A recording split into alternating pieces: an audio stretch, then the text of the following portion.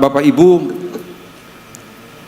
kalau ditanya apa tantangan dari implementasi KUHP baru, saya meyakini aparat penegak hukum kita, teman-teman polisi, teman-teman jaksa, teman-teman hakim, itu siap untuk melaksanakan KUHP yang baru dan KUHAP yang baru. Tapi saya agak ragu apakah masyarakat kita siap dengan KUHP yang baru. Mengapa? Karena KUHP yang baru ini merubah paradigma kita semua.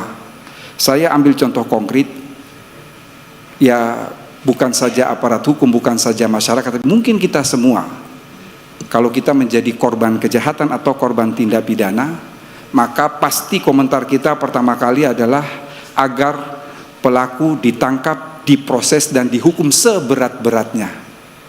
Itu menandakan bahwa memang mindset kita masih menggunakan hukum pidana sebagai sarana balas dendam.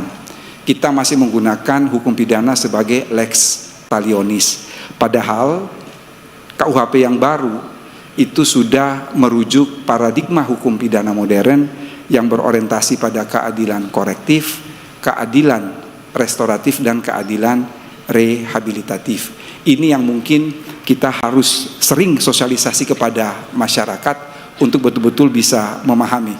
Karena saya khawatir kalau nanti misalnya segala sesuatu dan itu memenuhi ketentuan untuk suatu perkara itu ditempuh jalan restoratif, maka jangan sampai ada anggapan bahwa polisi sudah dibayar, jaksa sudah dibayar, atau hakim sudah dibayar, padahal memang mekanisme itu diperkenalkan baik di dalam KUHP maupun KUHAP. Bapak Ibu, terkait substansi KUHP, memang kami para pembentuk yang terdiri dari 15 tim ahli, kami sadar betul bahwa KUHP dan KUHAP baru bukanlah kitab suci yang sempurna, tetapi itulah karya maksimal yang dapat kami berikan kepada bangsa dan negara. Bahwa setiap isu yang kami tuangkan di dalam kitab undang-undang hukum pidana itu pasti menimbulkan kontroversi, dan itu wajar di dalam suatu negara yang multi etnis, multi religi dan multi culture. Pasti setiap isu akan menimbulkan kontroversi, dan terkadang isu itu dia secara diametral bertolak belakang, secara diametral bertentangan, sehingga kami pembentuk undang-undang harus mengambil sikap apa yang akan kita formulasikan di dalam kitab undang-undang hukum pidana.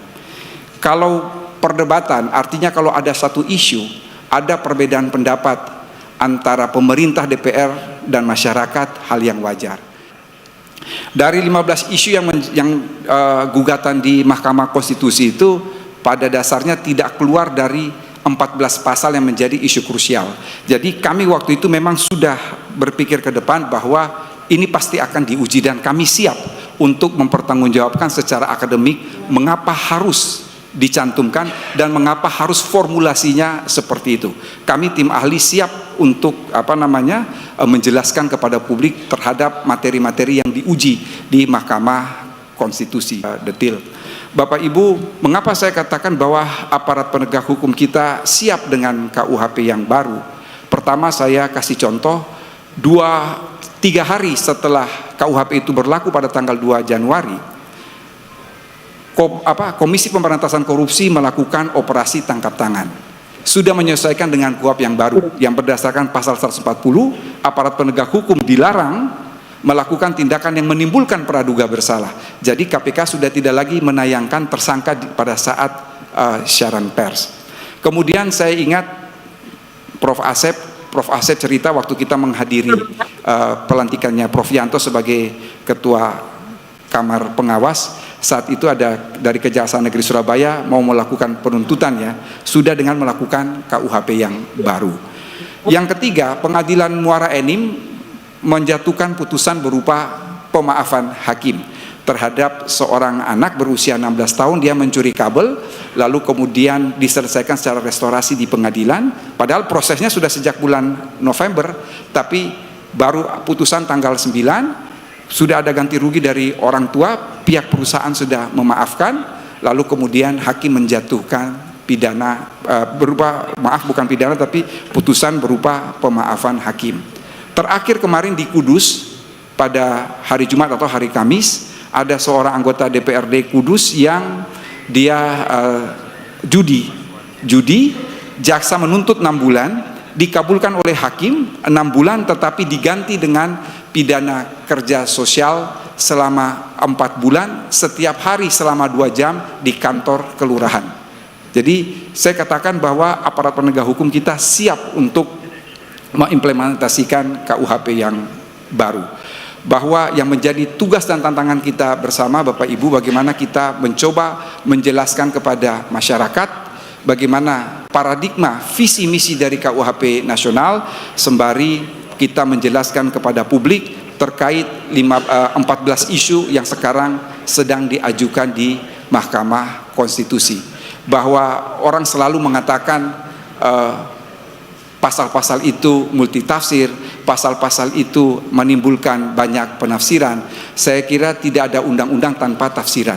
Sehingga ada salah seorang begawan hukum kita, Profesor Sacipto, mengatakan membuat undang-undang itu adalah satu hal, tetapi menafsirkan undang-undang itu adalah hal berikutnya. Jadi tidak mungkin suatu hukum itu atau suatu undang-undang itu ketika diimplementasikan tanpa penafsiran itu tidak mungkin.